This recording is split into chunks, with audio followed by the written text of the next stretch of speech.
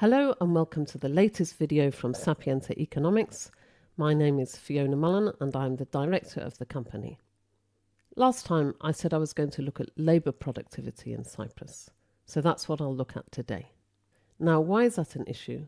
It's because it's time for the government and the unions to do what they promised to do back a couple of years ago, and that is come to a long-term arrangement about wage indexation in the country. So back in January, the Republic of Cyprus President Nikos Christodoulidis put forward proposals which were prepared by the Finance Minister Makis Keravnos, and his proposal was that the wage indexation mechanism known as COLA, I'll explain that in a moment, should be adapted to be closer to productivity increases rather than price increases. And the unions didn't like that at all, and we'll see why in a moment. Now, what is COLA? It's the cost of living adjustment, COLA for short, known as ATA in Greek. It's based on the cost of living index, which is the consumer price index minus excise duties. It's measured by the statistical service Systat, and it was suspended because of the bailout programme between January 2012 and December 2017. Now, that didn't matter quite so much back then because we had either deflation or very low inflation. But then it was reintroduced from January 2018 at basically half of the way they did it in the past. So it was 50% of the change in the index, and it depended on there being positive economic growth. And then the current government from June 2023 said, let's change it to 66.7% of the change in the index, with a promise that by 2025 we would have a long-term solution to how to do this. And let's hope they don't kick the can down the road yet again.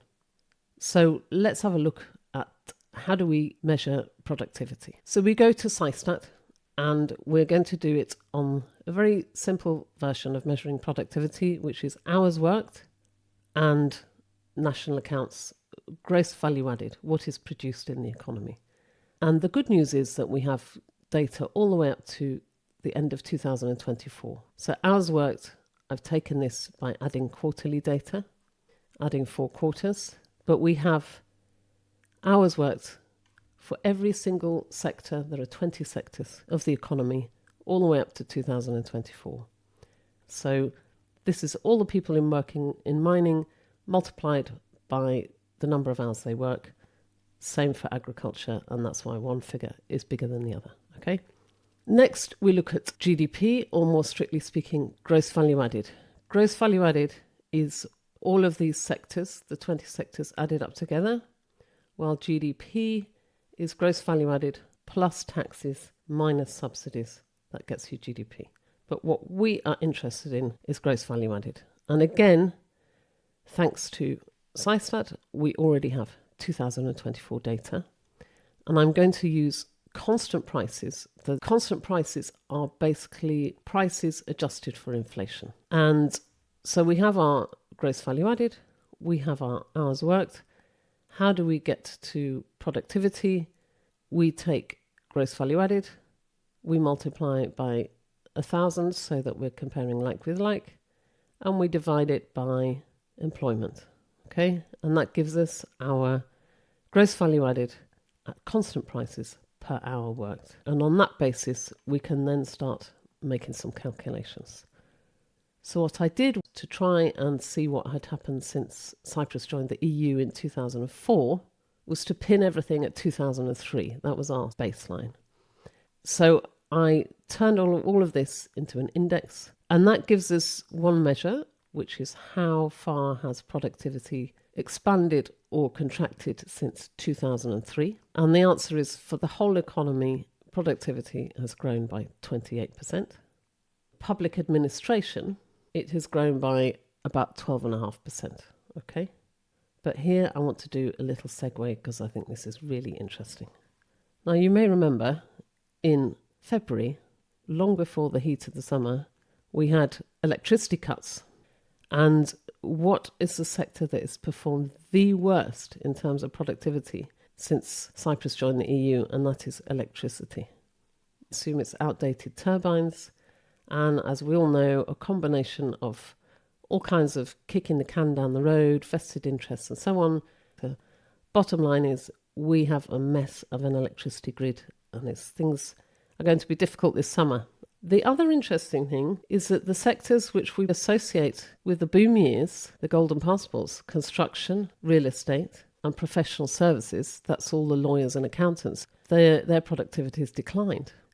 And yet here is a sector that's come out of nowhere, information and communications, has actually doubled its productivity, right? And if you want to know who they're selling to, well, my subscribers know the answer to that. The people who pay for country analysis Cyprus, so I'm not going to tell you that right now. Now, let's have a look at some charts.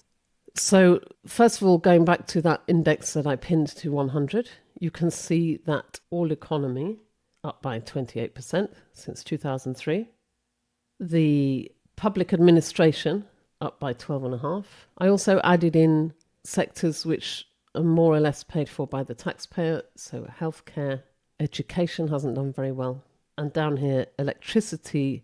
So what does that look like on an annual percentage change basis? You can see that in some years, so the pale figure is labour productivity. You can see that in some years, labour productivity was higher than what people would have got in the old COLA system when they got 100%. And if you count it all up, over these 21 years, there were 10 instances in which labour productivity was higher than the change in the COLA, or even the 67% or the 50%. And there were 11 instances in which the COLA was faster than the labour productivity, right? So to some degree, that means the labour unions shouldn't be too worried. But if you look at the average over the past 21 years or the past 10 years, we have 100% change in COLA was 1.6%. So if people were getting the full whack, they would be getting 1.6, whereas their productivity, that's the little orange boxes, was only rising by 0.6% on average since 2004. Now you could say, okay, that's not fair. We had a crisis in 2013. Let's knock that out. What's the average for the past 10 years? It's not really that different, actually. It's slightly worse. The full whack COLA was 1.5. Labour productivity growth in public administration was only 0.4%. And even if you cut it to 50% of the change in the COLA, it's still higher than our productivity growth. So this is the crux of the argument between the labour unions and the government. How are we going to bridge this gap? And this is important because, without going into a long lecture on economic theory, if you are not productive, if you're overpaying for your productivity, East Germany found this back in the 1990s, it's going to be bad for job creation, it's going to be bad for general welfare of people in the country, and you're going to end up paying for it. So this is why they somehow need to find a compromise between this and this, okay? That's it from me. This is my shameless plug. Every month I do a real deep dive into the politics, the Cyprus problem, the energy, the banking sector, public finances, the macroeconomy and the economy of Northern Cyprus. And yes, it does cost money. It's my bread and butter. It's how I put food on the table. But if you want to know more about it, go and visit sapientaeconomics.com. Thank you.